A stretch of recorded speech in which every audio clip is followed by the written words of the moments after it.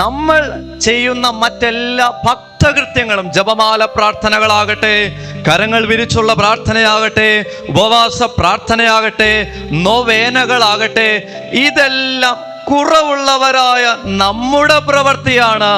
എന്നാൽ പരിശുദ്ധ കുർബാന അർപ്പണം കറയില്ലാത്തവനായ ദൈവത്തിൻ്റെ ഏകജാതന്റെ പ്രവൃത്തിയാണ്. സ്നേഹം നിറഞ്ഞവരെ, നമ്മൾ എങ്ങനെ ഉപവസിച്ചു പ്രാർത്ഥിച്ചു എന്ന് പറഞ്ഞാലും, തിരികൾ കത്തിച്ചു പ്രാർത്ഥിച്ചു എന്ന് പറഞ്ഞാലും, ഇതെല്ലാം നമ്മുടെ പ്രവൃത്തിയാണ്. ദൈവവുമായിട്ടുള്ള കൂട്ടായ്മയിലേക്ക് എത്താൻ നമ്മൾ നടത്തുന്ന പ്രവൃത്തി, ദൈവത്തെ പ്രസാദിപ്പിക്കാൻ നമ്മൾ നടത്തുന്ന പ്രവൃത്തി. എന്നാൽ ദൈവവുമായിട്ടുള്ള കൂട്ടായ്മയിലേക്ക് എത്താൻ ദൈവത്തിൻ്റെ ഏകജാതനായ ഈശോ മിശിഹ തന്നെ നമുക്ക് വേണ്ടി ചെയ്യുന്ന പ്രവൃത്തിയാണ് പരിശുദ്ധ കുർബാന.